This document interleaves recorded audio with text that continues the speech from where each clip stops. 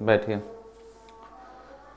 चलिए, आज हम लोग पॉलिटी के 15 क्लास को देख चुके हैं, आज 16वां क्लास को देखेंगे। ठीक है, क्लास रेगुलर नहीं हो पा रहा है, बीच बीच में किसी और एक सब्जेक्ट का हो रहा है, इस कारण से आप लोग का ऑनलाइन में रिकॉर्ड करके नहीं डाला जा रहा है। ठीक ना, लेकिन अब उम्मीद किया जा रहा है रेगुलर क्लास को रखा जाएगा। ठीक है, चलिए ऑनलाइन वाले भी ध्यान देंगे।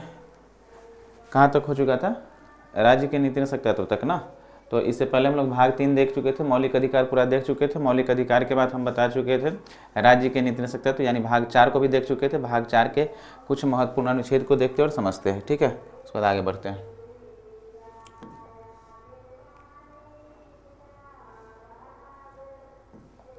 ध्यान देंगे।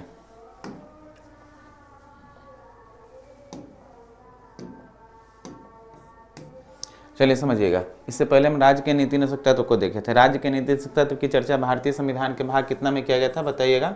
भाग 4 में किया गया था। इसकी चर्चा किस अनुच्छेद से कहाँ तक किया गया था? तो अनुच्छेद आपका 36 से लेकर अनुच्छेद कितना तक किया गया था? 51 तक। तो राज्य के नीति सत्यात्व की चर्चा अनुच्छेद 36 से 51 तक किया गया था, और 36 से 51 तक में बहुत सारा इंपॉर्टेंट अनुच्छेद को भी हम बताए थे। ठीक है, राज्य के नीति सत्यात्व किसके अनुशंसा पर भारतीय संविधान में जोड़ा गया? तो हम बताए थे तेग बहादुर सिंह समिति के अनुशंसा पर भारतीय संविधान में जोड़ा गया है। ठीक ना, तेग बहादुर सिंह समिति के अनुशंसा पर जोड़ा गया। ठीक ना, तो राज्य के नीति तत्व को तेग बहादुर सिंह समिति के अनुशंसा पर भारतीय संविधान में जोड़ा गया है। राज्य के नीति तत्व के बारे में बताए थे कि राज्य के नीति तत्व को एक 2 विद्वान थे, एक बताए थे डॉक्टर भीमराव अंबेडकर के द्वारा। तो राज्य के नीति तत्व को डॉक्टर भीमराव अंबेडकर ने क्या कहा था? तो अनोखी सिद्धांत वाला भाग कहा था। ठीक है, और राज्य के नीति तत्व को एक बताया था केटी शाह के द्वारा। तो केटी शाह के द्वारा क्या कहा गया था? केटी शाह ने कहा था कि यह आगे के तारीख का चेक है जिसे कभी भी सुविधा अनुसार अदा किया जा सकता है। ठीक है, तो ये केटी शाह का कथन था राज्य के नीति तत्व के बारे में। ठीक है, राज्य के नीति तत्व के बारे में बताया था इसे लोक कल्याणकारी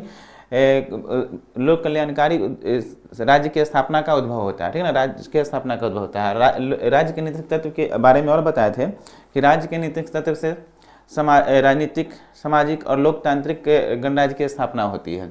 राज्य के नीति तत्व के बारे में बताए थे इसे 3 भागों में बांटा गया था, समाजवादी, उदारवादी और गांधीवादी। ठीक है, राज्य के नीति तत्व और हम मौलिक अधिकार में अंतर बताए थे। जैसे मौलिक अधिकार न्यायालय के द्वारा परिवर्तनीय है, लेकिन राज्य के नीति तत्व न्यायालय के द्वारा परिवर्तनीय नहीं है। ठीक ना, तो ये सब बात अंतर ही बताए थे बहुत सारा। ठीक है, आगे ध्यान देंगे, इससे संबंधित कुछ अनुच्छेद को बताए थे। तो इससे संबंधित कुछ अनुच्छेद क्या था? जैसे राज्य के नीति तत्व को परिभाषित किया गया अनुच्छेद कितना में? 36 में। ठीक है, और यह न्यायालय के द्वारा बाध्य हो गया, परिवर्तनीय नहीं है। तो अनुच्छेद कितना के तहत? 37 के तहत। 38 के तहत बताया था कि सामाजिक सुरक्षा उपबंध का चर्चा किया गया था, सामाजिक स्तर पर सुरक्षा उपबंध का चर्चा किया गया था अनुच्छेद 38 में।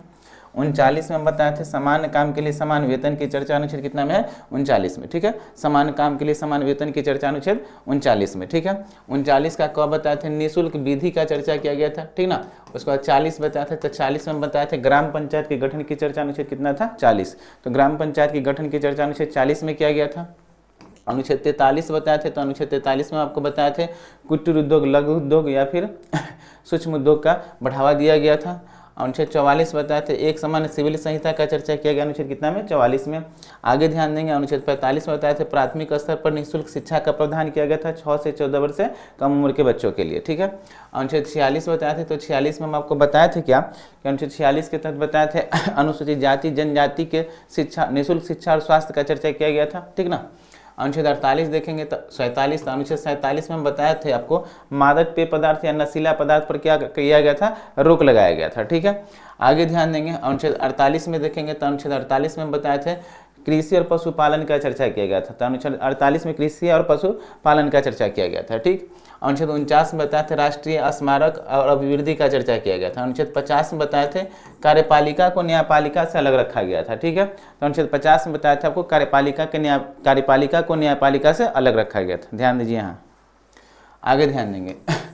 तो ये अनुच्छेद 50 तक बताया था, और अनुच्छेद 51 बताया था आपको। तो अनुच्छेद 51 में हम बताया था आपको अंतर्राष्ट्रीय शांति और सुरक्षा की और अभिवृद्धि की चर्चा की गई थी। ठीक है, तो ये था राज्य के नीति तत्व अनुच्छेद 36 से लेकर 51। तो यहाँ तक हम लोग कंप्लीट कर चुके थे। आज हम लोग मौलिक कर्तव्य को देखेंगे। ठीक है, चलिए तो ये देखिए, मौलिक कर्तव्य मूल संविधान में नहीं था, ठीक ना। मौलिक कर्तव्य जब संविधान लिखा गया था तो मूल संविधान में मौलिक कर्तव्य नहीं था। हम लोग जब विदेशी स्रोत देख रहे थे तो विदेशी स्रोत में हम लोगों ने देखा था कि मौलिक कर्तव्य को किस देश के संविधान से लिया गया है, तो सोवियत संघ रूस यानी रूस से लिया गया। तो मौलिक कर्तव्य को रूस से लिया गया है। और पंचवर्षीय योजना भी, ठीक ना। तो मौलिक कर्तव्य और पंचवर्षीय योजना किस देश के संविधान से लिया गया है, रूस के संविधान से लिया गया है, ठीक है। तो मौलिक कर्तव्य मूल संविधान में नहीं था, इसे आगे चलकर 42वां संविधान संशोधन 1976 के तहत जोड़ा गया, ठीक ना।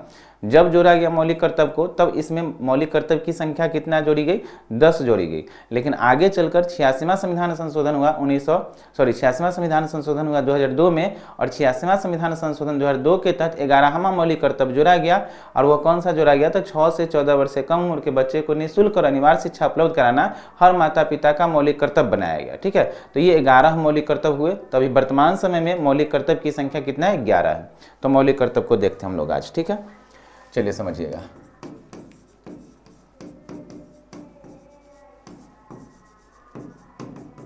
ठीक ना। मौलिक कर्तव्य देखेंगे तो मौलिक कर्तव्य की चर्चा भाग 4 के क, ठीक है ना, 4 के क कहने का मतलब किसे, क ख अगर किसी भी अनुच्छेद में किसी भी भाग में अगर क ख जुड़ा हुआ लग जाए, इसका मतलब समझ जाएंगे कि यह बाद में जोड़ा गया होगा, ठीक है। तो ये भाग 4 का क अर्थात इसे मूल संविधान में नहीं था, इसे बाद में जोड़ा गया संवैधानिक संशोधन विधि के द्वारा, ठीक है।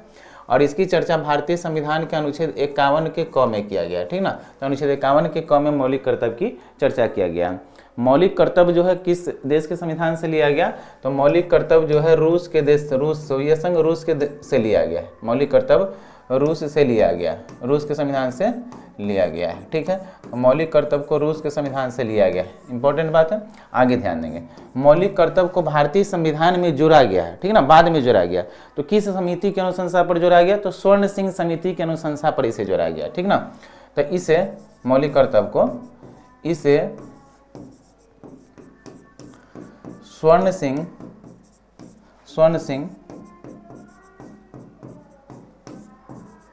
समिति के अनुशंसा पर जोड़ा गया, ठीक ना। तो इसे स्वर्ण सिंह समिति के अनुशंसा पर जोड़ा गया। और कब जोड़ा गया, तो 42वां संविधान संशोधन 1976 के तहत इसे जोड़ा गया, ठीक है।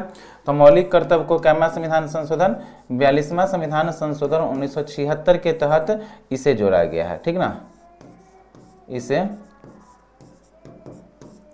जोड़ा गया है, ठीक ना। तो मौलिक कर्तव्य को 42वां संविधान संशोधन 1976 के तहत मौलिक कर्तव्य को जोड़ा गया। जब जोड़ा गया मौलिक कर्तव्य को, उस समय मौलिक कर्तव्य की संख्या कितनी जोड़ी गई, तो 10 जोड़ी गई, ठीक है। तो जिस समय जोड़ा गया मौलिक कर्तव्य को, उस समय कितनी मौलिक कर्तव्य को जोड़ा गया, तो 10 मौलिक कर्तव्य को जोड़ा गया, ठीक ना।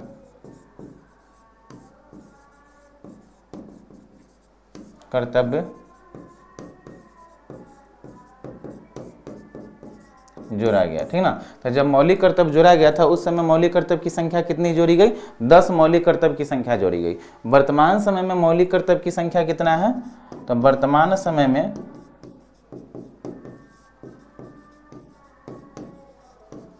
इसकी संख्या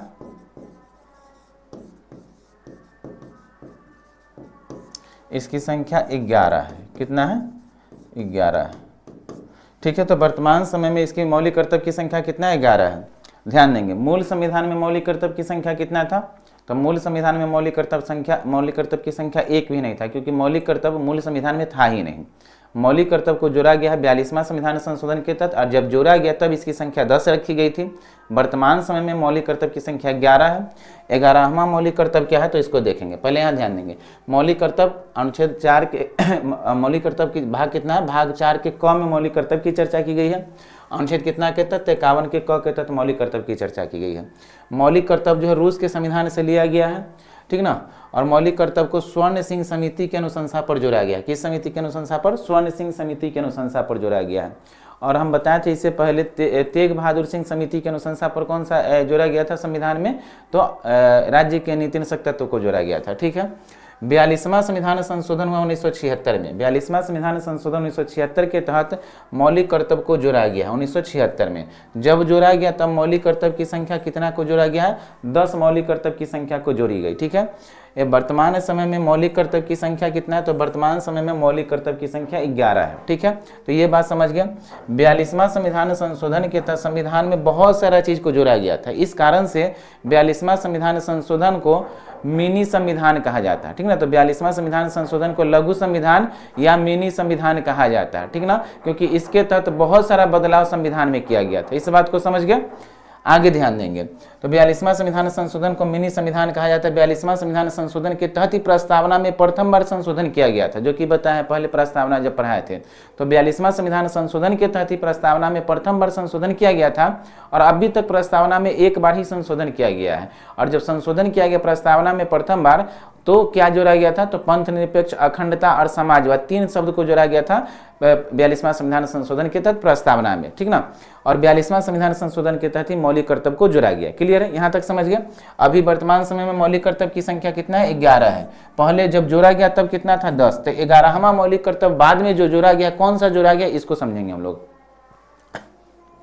तो ध्यान देंगे 11वां मौलिक कर्तव्य क्या है, तो इसको जोड़ा गया तो पहले 86वां संविधान संशोधन 2002। तो 86वां संविधान संशोधन कब हुआ, 2002 में। और 86वां संविधान संशोधन 2002 के तहत 11वां मौलिक कर्तव्य को जोड़ा गया। और कौन है 11वां मौलिक कर्तव्य, तो ध्यान देंगे 6 से 14 वर्ष के उम्र के 6 से 14 वर्ष के कम उम्र के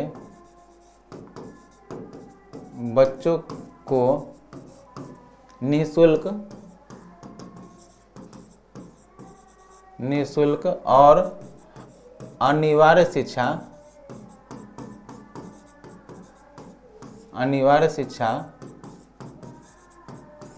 उपलब्ध कराना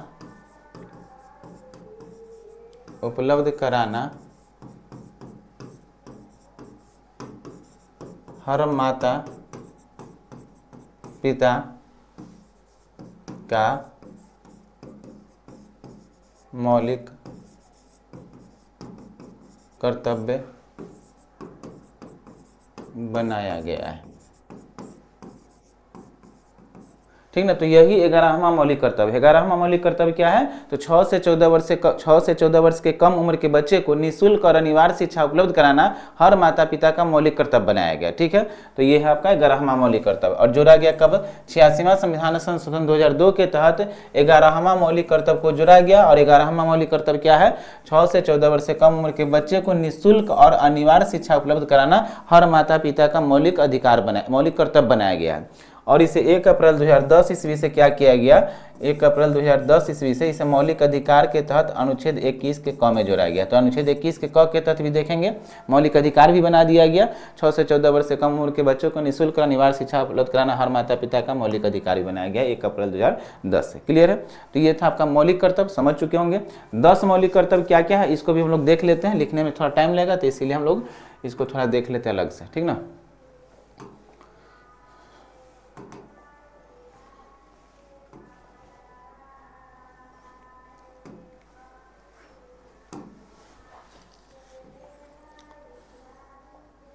दिखाई दे रहा होगा आप लोगों को, दिख रहा है। ठीक है, तो देखिएगा, तो ये 10 मौलिक कर्तव्य है। 11वां मौलिक कर्तव्य आप क्या बताया सो समझ चुके होंगे। इसको फिर से लिख देंगे, अगर इसमें नहीं है तो ध्यान देंगे।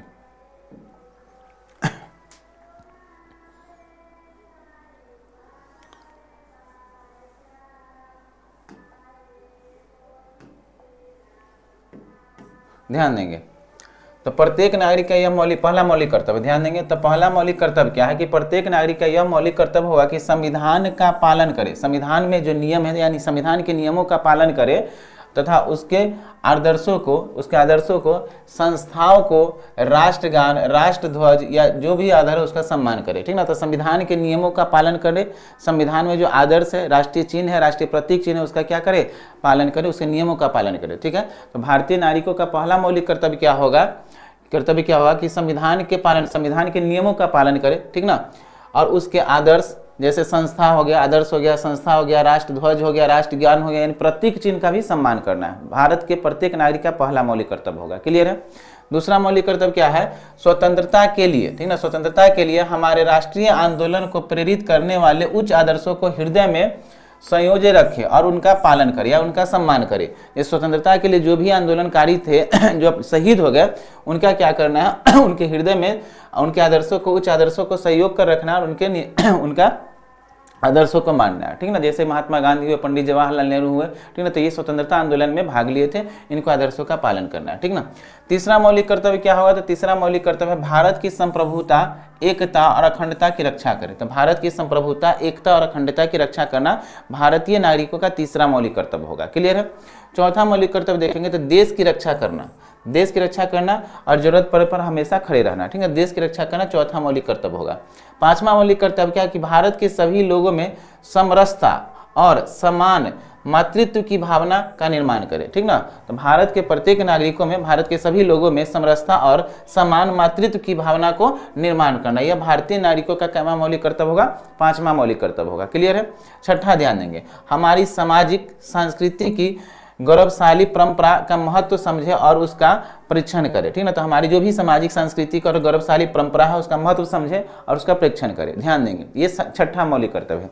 सातवां मौलिक कर्तव्य है कि प्राकृतिक पर्यावरण की रक्षा करे और उसका संवर्धन करे। तो प्राकृतिक पर्यावरण है, इसकी रक्षा करे और इसका संवर्धन करे, ठीक है। सातवां मौलिक कर्तव्य है।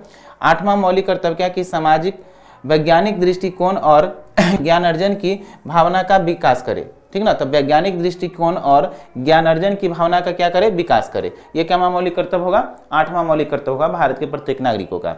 नौवां मौलिक कर्तव्य क्या है कि सार्वजनिक संपत्ति की सुरक्षा करे। जो भी सार्वजनिक संपत्ति है, जैसे रेल है, ट्रेन है, जो भी सरकारी या सार्वजनिक संपत्ति है उसकी रक्षा करे, ठीक ना।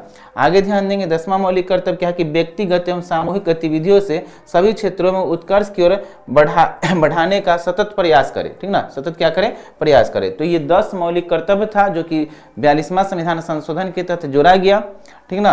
और 11वां मौलिक कर्तव्य अभी जो बताएं कौन सा, तो 86वां संविधान संशोधन हुआ 2002 में और 86वां संविधान संशोधन 2002 के तहत 11वां मौलिक कर्तव्य को जोड़ा गया। और कौन सा जोड़ा गया, तो 6 से 14 वर्ष से कम उम्र के बच्चे को निःशुल्क और अनिवार्य शिक्षा उपलब्ध कराना हर माता पिता का मौलिक कर्तव्य बनाया गया है। इसमें से पहला, दूसरा, ये सब याद रखेंगे। भारत के संविधान के नियमों का पालन करें और राष्ट्रीय प्रतीक चिन्ह है उसका सम्मान करें। दूसरा है जो भी राष्ट्रीय आंदोलन में भाग ले चुके हैं उनके आदर्शों के और नियमों का पालन करें, उनका ये और ध्यान देंगे। और 11वां जो है 6 से 14 वर्ष से कम उम्र के बच्चे को निःशुल्क अनिवार्य शिक्षा उपलब्ध कराना हर माता पिता का मौलिक कर्तव्य बनाया गया। यह 11वां मौलिक कर्तव्य है, ठीक ना। तो ये था मौलिक कर्तव्य। एक इसमें मौलिक कर्तव्य में ध्यान रखेंगे, एक जेएस समिति करके, जेएस वर्मा समिति करके आए थे जिन्होंने मौलिक कर्तव्य के लिए एक, ध्यान देंगे यहाँ पर, इसको हटा दें, लिख लीजिएगा आप लोग, ठीक।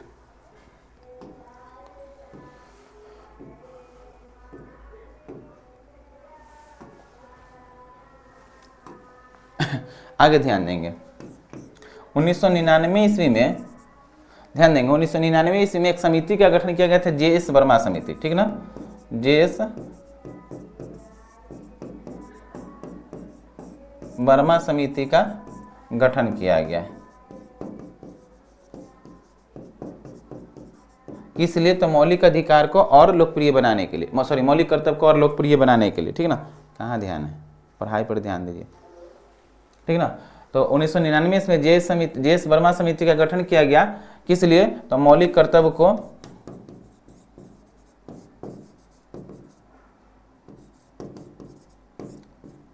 को प्रभावी बनाने के लिए,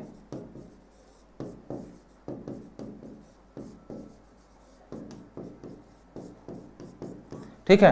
तो 1999 इसमें जेएस वर्मा समिति का गठन किया गया था मौलिक कर्तव्य को प्रभावी बनाने के लिए, ठीक है। तो ये था मौलिक कर्तव्य हम लोग का। भाग 4 के क में मौलिक कर्तव्य का चर्चा किया गया है और भारतीय संविधान के अनुच्छेद 51 के क में मौलिक कर्तव्य का चर्चा किया गया है। मौलिक कर्तव्य जब जोड़ा गया 42वां संविधान संशोधन के तहत स्वर्ण सिंह समिति के अनुशंसा पर जोड़ा गया। वर्तमान में मौलिक कर्तव्य की संख्या कितना है, 11। जब जोड़ा गया था तब कितना था, 10। और इसे किस देश के संविधान से लिया गया, तो रूस, सोवियत संघ रूस के संविधान से लिया गया, ठीक है। तो ये था मौलिक कर्तव्य हम लोग का भाग 4। तो भाग 4 हम लोग पढ़ चुके हैं, भाग 4 का क पढ़ चुके हैं और हम लोग देखेंगे भाग 5, ठीक ना। संविधान का सबसे बड़ा भाग 5 को देखा जाता है जिसमें लगभग 100 अनुच्छेद होती है। चलिए हम लोग भाग 5 देखते हैं। चलिए भाग 5 पढ़ेंगे और भाग 5 में हम लोग को पढ़ना है संघ के बारे में। संघ की कार्यपालिका या संघ के बारे में पढ़ना है, ठीक है ना। तो भाग 5 का नाम क्या है, संघ, और इसमें पढ़ना हम लोग को अनुच्छेद कितना से कितना, तो अनुच्छेद 51 का क देखें तो 52 से लेकर अनुच्छेद 151 तक, ठीक ना। तो हम लोग को इसमें अनुच्छेद पढ़ना है भाग 5 में अनुच्छेद कितना से कितना, तो भाग 5 में हम लोग को पढ़ना है संघ के बारे में, और अनुच्छेद 52 से लेकर अनुच्छेद 151 तक पढ़ना है, ठीक है। संघ है तो ध्यान देंगे संघ यानी संघीय कार्यपालिका को देखें या संघ के कार्यपालिका को देखेंगे तो ये 3 भागों में बटा हुआ है, ठीक ना। संघ या सरकार का जो निर्माण होता है, सरकार के प्रमुख 3 अंग होते हैं, ठीक ना। तो सरकार के 3 प्रमुख अंग होते हैं, कौन कौन सा 3 प्रमुख अंग होते हैं, तो इसको 3 भागों में बांटा गया। चौथा भाग नियंत्रक महालेखा परीक्षक के रूप में देख लेते हैं, ठीक ना। तो ध्यान देंगे कार्यपालिका, संघ को कितना भाग, संघ के प्रमुख या सरकार के प्रमुख 3 अंग होते हैं, कौन कौन, तो कार्यपालिका,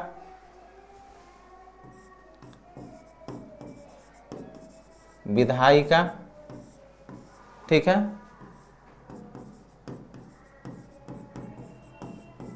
न्यायपालिका, और एक क्या आ जाएगा, 3 होते हैं, लेकिन एक यहाँ पर सब पर नियंत्रण करने के लिए, वित्तीय नियंत्रण करने के लिए एक व्यक्ति होते हैं जिसका नाम है नियंत्रक महालेखा परीक्षक, ठीक ना।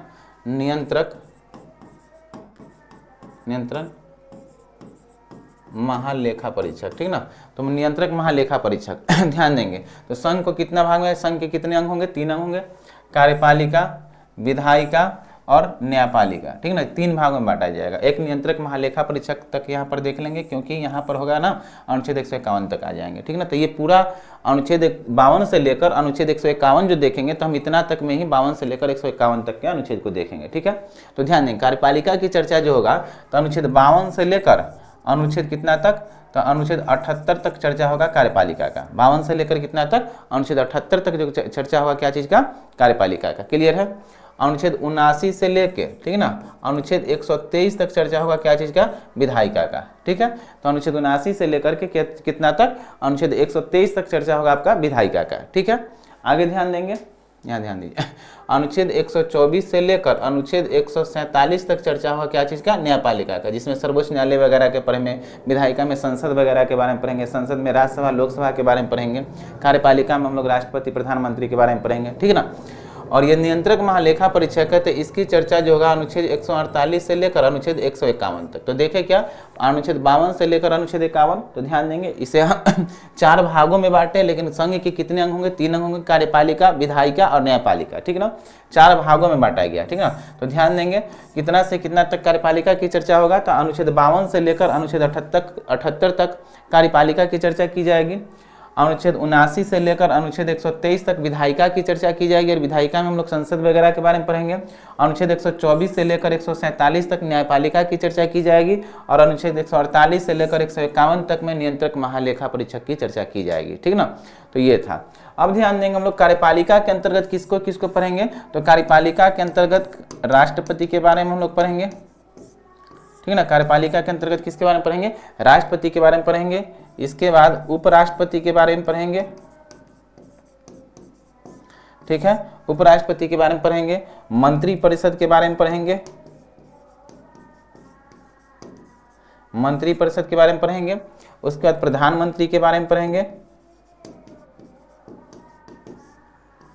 ठीक है। प्रधानमंत्री के बाद हम लोग क्या पढ़ेंगे, तो इसमें महान्यवादी के बारे में पढ़ेंगे।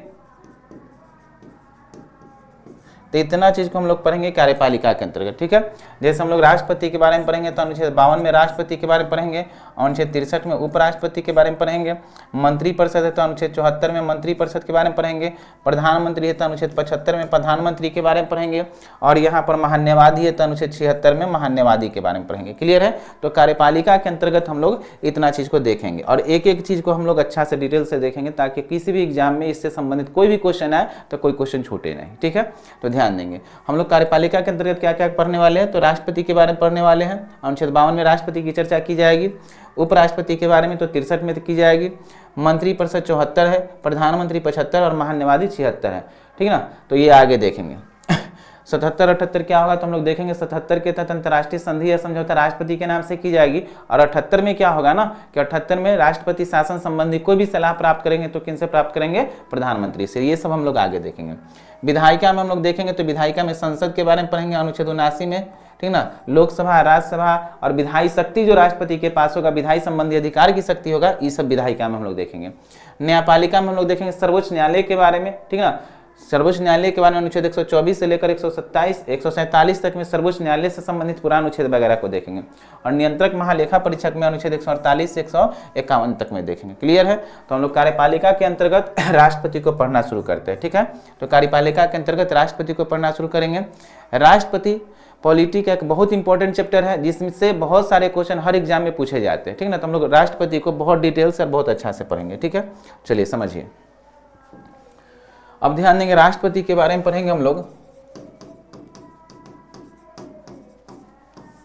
तो राष्ट्रपति की चर्चा ध्यान देंगे, तो राष्ट्रपति की चर्चा भारतीय संविधान के अनुच्छेद 52 से लेकर, ठीक ना, अनुच्छेद 52 से लेकर अनुच्छेद 62 तक की जाती है, ठीक ना। तो राष्ट्रपति की चर्चा अनुच्छेद 52 से लेकर अनुच्छेद कितना तक, 62 तक में की गई है, ठीक है। तो राष्ट्रपति की चर्चा भारतीय संविधान के अनुच्छेद 52 से लेकर अनुच्छेद 62 तक में की गई है। और राष्ट्रपति के बारे में देखेंगे तो भारत में राष्ट्रपति का जो पद लिया गया है, संवैधानिक पद लिया गया है, ब्रिटेन के राजा के समान लिया गया है, ठीक ना। तो ब्रिटेन में जो राजा का काम होता है वही राष्ट्रपति में, भारत में राष्ट्रपति का काम होता है। तो भारत में राष्ट्रपति का पद किसके संविधान से, तो भारत में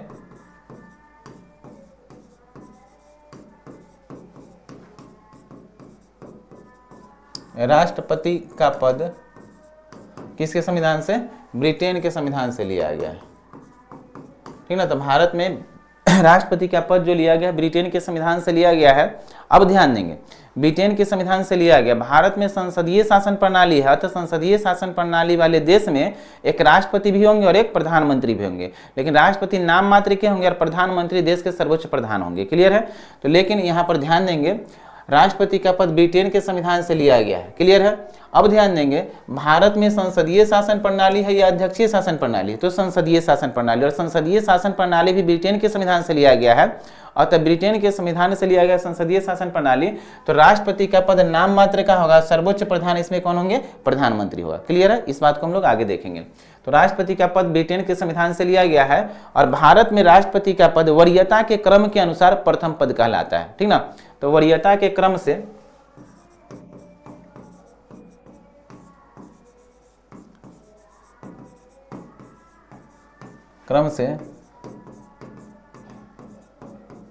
राष्ट्रपति का पद प्रथम पद होता है, ठीक है। तो वरीयता के क्रम से राष्ट्रपति का पद कैसा पद होता है, प्रथम पद होता है, ठीक ना। तो राष्ट्रपति का पद प्रथम पद होता है, अर्थात देश के प्रथम नागरिक पूछा जाएगा तो देश के प्रथम नागरिक राष्ट्रपति होते हैं, ठीक है। तो देश के प्रथम नागरिक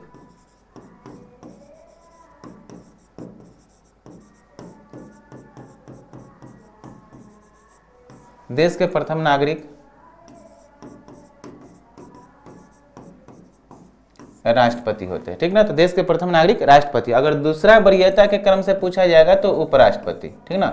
वरीयता के क्रम से दूसरे नागरिक या दूसरे व्यक्ति कौन होते हैं, तो उपराष्ट्रपति, ये दूसरे व्यक्ति होंगे। क्लियर है। तो भारत में राष्ट्रपति का पद ब्रिटेन के संविधान से लिया गया, ठीक ना।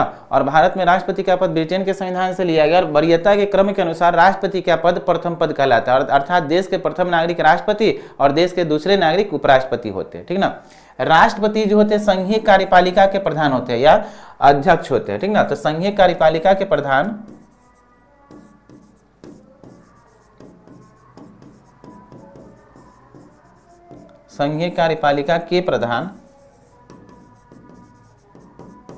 कौन होंगे, राष्ट्रपति। तो संघीय कार्यपालिका के प्रधान कौन होते हैं, राष्ट्रपति। यानी देश के समोच्च कार्यपालिका के जो प्रधान होंगे, प्रमुख नियुक्ति वगैरह जो की जाएगी किनके द्वारा, राष्ट्रपति के द्वारा। तो संघीय कार्यपालिका के प्रधान कौन होते हैं, राष्ट्रपति। क्लियर है। आगे ध्यान देंगे, अगर पूछे कार्यपालिका के प्रधान, ठीक ना, तो कार्यपालिका के प्रधान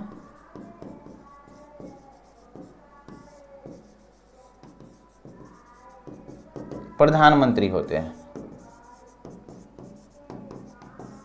कार्यपालिका के प्रधान प्रधानमंत्री, कहीं कहीं आपका मंत्रिपरिषद भी देता है, लेकिन मंत्रिपरिषद जो होते हैं वास्तविक कार्यपालिका के प्रधान होते हैं।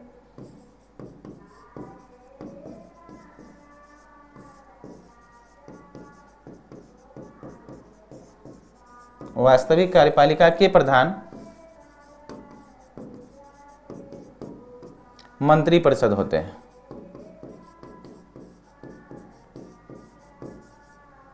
ठीक है, तो ध्यान देंगे। कार्यपालिका, संघीय कार्यपालिका के प्रधान राष्ट्रपति, ठीक ना, कार्यपालिका के प्रधान प्रधानमंत्री, कहीं कहीं मंत्रिपरिषद देता है और उल्टा में दिया तो वास्तविक यहाँ पर, तो वास्तविक कार्यपालिका के प्रधान कौन होते हैं? मंत्रिपरिषद। क्लियर है? ध्यान देंगे। राष्ट्रपति भारत के में किस देश के संविधान से लिया गया? राष्ट्रपति, भारत में राष्ट्रपति का पद ब्रिटेन के संविधान से लिया गया। वरीयता के क्रम से राष्ट्रपति का पद प्रथम पद होता है। देश में प्रथम नागरिक कौन होंगे? राष्ट्रपति। दूसरे नागरिक कौन होंगे? उपराष्ट्रपति। संघीय कार्यपालिका के प्रधान राष्ट्रपति, कार्यपालिका के प्रधान प्रधानमंत्री और वास्तविक कार्यपालिका के प्रधान कौन होते हैं? मंत्रिपरिषद। कहीं कहीं वास्तविक कार्यपालिका के प्रधान प्रधानमंत्री भी दिया हुआ रहता है। चलिए आगे देखेंगे। अब ध्यान देंगे, राष्ट्रपति के बारे में हमने क्या बताया कि राष्ट्रपति की चर्चा अनुच्छेद कितना से 52 से लेकर अनुच्छेद 62 तक में की गई। तो ये 52 से 62 तक जो अनुच्छेद है इसको हम लोग देख लेते हैं और एक एक अनुच्छेद पर हम लोग चर्चा करेंगे, ठीक ना। तो ध्यान दीजिएगा, ध्यान दीजिएगा। 52 में जो चर्चा किया गया तो राष्ट्रपति के पद का चर्चा किया गया, यानी भारत में एक राष्ट्रपति का पद होगा। तो अनुच्छेद 52 के तहत राष्ट्रपति के पद का चर्चा किया गया। तो अनुच्छेद 52 के तहत राष्ट्रपति के पद का चर्चा किया गया है। ध्यान देंगे 53 में, तो 53 के तहत राष्ट्रपति जो होंगे संघीय कार्यपालिका के प्रधान होंगे, ठीक ना।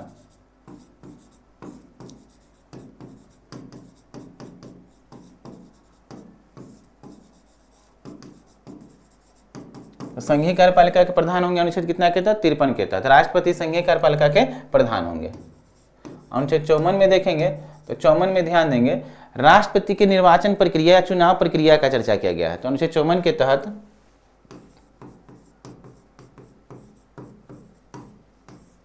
राष्ट्रपति का निर्वाचन का चर्चा किया गया या चुनाव का चर्चा किया गया। तो राष्ट्रपति के निर्वाचन की चर्चा अनुच्छेद कितना? 54। 55 देखेंगे तो निर्वाचन के समय जो कोटा होता है, न्यूनतम कोटा का चर्चा किया गया। कोटा हम लोग देखेंगे कि राष्ट्रपति के चुनाव के लिए जीतने के लिए कम से कम 50% से एक ज्यादा वोट आना चाहिए, प्रतिशत मत आना चाहिए, तब वही राष्ट्रपति का निर्वाचन का कोटा कहलाता है। तो ये सब हम लोग आगे समझेंगे। निर्वाचन के समय कोटा का चर्चा किया गया है, कोटा का चर्चा अनुच्छेद कितना में? अनुच्छेद 55 में।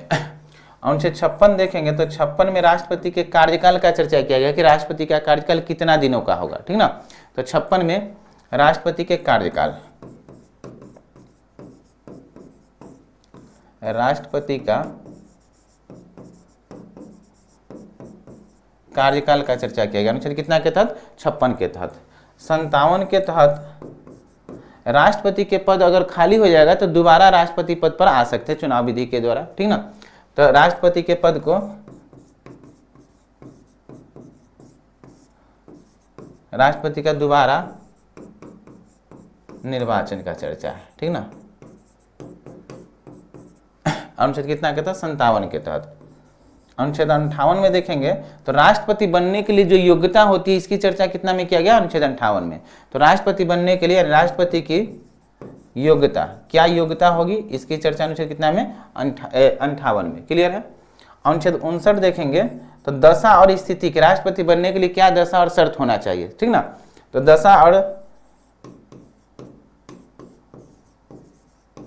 दशा के शर्त और स्थिति का चर्चा किया गया, ठीक है। दशा के शर्त और स्थिति का चर्चा अनुच्छेद कितना में? दशा, शर्त और स्थिति की चर्चा अनुच्छेद 59 में। क्लियर है? तो 52 में राष्ट्रपति का पद, 53 में संघीय कार्यपालिका के प्रधान होंगे राष्ट्रपति, 54 में निर्वाचन प्रक्रिया, 55 में राष्ट्रपति के निर्वाचन के समय कोटा का चर्चा, 56 में कार्यकाल का चर्चा, 57 में दोबारा निर्वाचन का चर्चा, 58 में योग्यता की चर्चा, 59 में दशा शर्त की चर्चा और 60 में शपथ की चर्चा। तो 59 तक हो चुका है, 60 को हम लोग देखेंगे, ठीक है। नोट कर लीजिएगा, कीजिए। चलिए ध्यान देंगे 60 के तहत शपथ, तो राष्ट्रपति के शपथ की चर्चा अनुच्छेद कितना में? 60 में। अनुसूची जब पढ़ा रहे थे ना वहां भी इसका चर्चा किए थे, ठीक ना। तो राष्ट्रपति की शपथ की चर्चा अनुच्छेद कितना में किया गया है? 60 में किया गया। क्लियर है? 61 देखेंगे तो 61 में राष्ट्रपति का महाभियोग, ठीक ना। तो राष्ट्रपति के महाभियोग, राष्ट्रपति को उसके उनके पद से हटाने के लिए जो प्रक्रिया अपनाई जाती है उसे महाभियोग प्रक्रिया कहा जाता है। और महाभियोग प्रक्रिया अर्ध न्यायिक प्रक्रिया है, ये हम लोग आगे पढ़ेंगे। तो महाभियोग, राष्ट्रपति को हटाने वाली प्रक्रिया जो अपनाई जाएगी महाभियोग प्रक्रिया, इसकी चर्चा अनुच्छेद कितना में है? 61 में की गई है। 62 में देखेंगे तो राष्ट्रपति के पद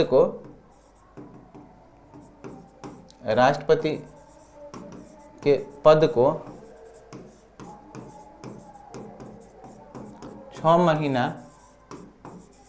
के अंदर भर लिया जाना होगा।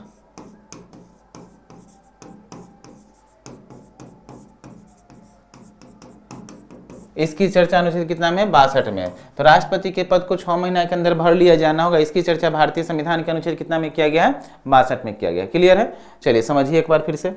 हम क्या बताएं कि राष्ट्रपति पद की चर्चा अनुच्छेद 52 में, 53 में संघीय कार्यपालिका का प्रधान, 54 में निर्वाचन प्रक्रिया का चर्चा, 55 में निर्वाचन के समय कोटा का चर्चा, 56 में राष्ट्रपति के कार्यकाल का चर्चा, 57 में दोबारा निर्वाचन की चर्चा, 58 में राष्ट्रपति की योग्यता की चर्चा, 59 में राष्ट्रपति की दशा और स्थिति की चर्चा। नहीं दिखाई दे रहा है?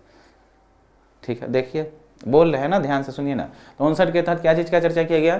59 के तहत राष्ट्रपति के दशा और स्थिति का चर्चा, 60 के तहत राष्ट्रपति के शपथ का चर्चा, 61 के तहत राष्ट्रपति के महाभियोग की चर्चा। और महाभियोग प्रक्रिया राष्ट्रपति पर किस देश से लिया गया है? राष्ट्रपति और उपराष्ट्रपति पर महाभियोग प्रक्रिया अमेरिका के संविधान से लिया गया। ठीक है।